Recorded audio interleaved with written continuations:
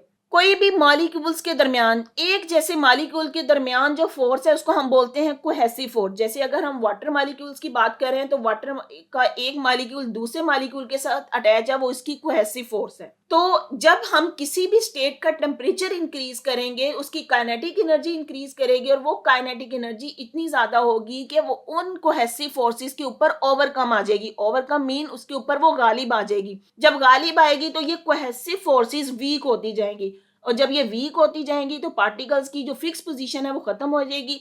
As a result the solid start melting and it temperature is called the melting point of a solid. तो इस position पे क्या होगा कि solid melt करना स्टार्ट हो जाएगा, और इसी को हम इसका मेल्टिंग पॉइंट ऑफ सॉलिड कहते हैं। तो यहाँ पे आपको इसकी एक डेफिनेशन भी बता दी गई है। तो मेल्टिंग पॉइंट पे एक्चुअली होता क्या है? At the melting point the particle of solid not only lose their mean position but also arrangement as well. क्योंकि सॉलिड चेंज हो रहा है लिक्विड में तो उसके जो पार्टिकल है ना सिर्फ अपनी मीन पोजीशन को छोड़ देंगे, इसके अलावा उनकी अरेंजमेंट भी चेंज हो जाएगी। अब यहाँ पे अरेंजमेंट का क्यों जिक्र किया गया है? क्योंकि हमें पता था कि सॉलिड में पार्टिकल की फिक्स पोजीशन होती है और एक स्पेसिफिक अरेंजमेंट है, लेकिन जैसे ही उसको हीट किया उसके मॉलिक्यूल्स की काइनेटिक एनर्जी बढ़ी, जिसकी वजह से उन्होंने अपनी फिक्स पोजीशन को छोड़ दिया, उसकी अरेंजमेंट भी चेंज होगी and the solid collapses and turn into liquid. तो ये सॉलिड पार्टिकल कोलैप्स कर जाएंगे। तो ये सॉलिड कोलैप्स कर जाएगा, कोलैप्स का मतलब है कि अपनी शेप खो देगा और लिक्विड में चेंज हो जाएगा।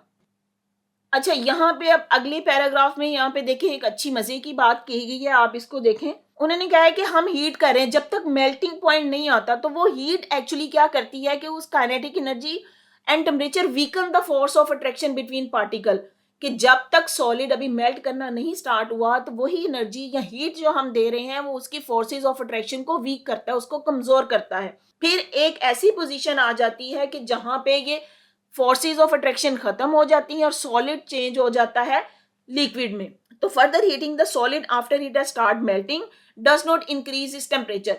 तो वहां पे जब स्टार्ट करता है मेल्ट होना तो वहां पे उसका टेम्परेचर इंक्रीज नहीं होता, बल्कि वहां पे क्या होता है, instead all the heat energy provide at this moment is utilised to convert the solid into liquid. इसका मतलब हुआ कि जब भी एक स्टेट दूसरी स्टेट में चेंज हो रही होती है तो जब तक वो चेंज हो रही है जितना मर्जी उसका आप टेम्परेचर बढ़ा लें, वो टेम्परेचर यहाँ पे यूटिलाइज होता है कि उसको कन्वर्ट करता है एक स्टेट से दूसरी में।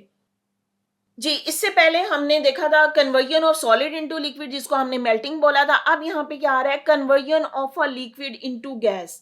लिक्विड गैस में चेंज हो रहा है और इस कन्वर्जन को हम क्या नाम दे रहे हैं? बॉइलिंग।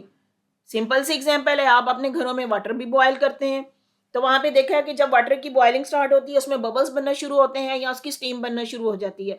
तो वो कौन सी स्टेट है जिसमें लिक्विड वाटर को हम गैसियस स्टेट में लेके आ रहे हैं। अच्छा, यहाँ पे बॉइलिंग से पहले आप एक डेफिनेशन दी गई है इवेपोरेशन। अब इवेपोरेशन क्या है? Escape of the molecule from the surface at any temperature. किसी भी टेम्परेचर पे मॉलिक्यूल्स सरफेस से एस्केप कर जाए, इसको हम बोलते हैं इवेपोरेशन। जैसे आपने देखा होगा कि गर्मियों के मौसम में कहीं पे भी पानी गिरा है, रोड पे गिरा है या आपकी छत पे गिरा है, तो थोड़ी देर के बाद वो पानी वहां से खुश्क हो जाता है। तो एक्चुअली क्या है कि वहां से वो एवेपोरेट करके है। तो एवेपोरेशन की डेफिनेशन देखें तो molecule of the liquid keep on coming out from the surface of a liquid at all temperature. ये एवेपोरेशन किसी भी टेम्परेचर पे हो सकती है। And such an escape of molecule from the surface is called evaporation. अब यहाँ पे जो बात याद रखने वाली है कि मॉलिक्यूल कहाँ से एस्केप कर रहे हैं? From the surface.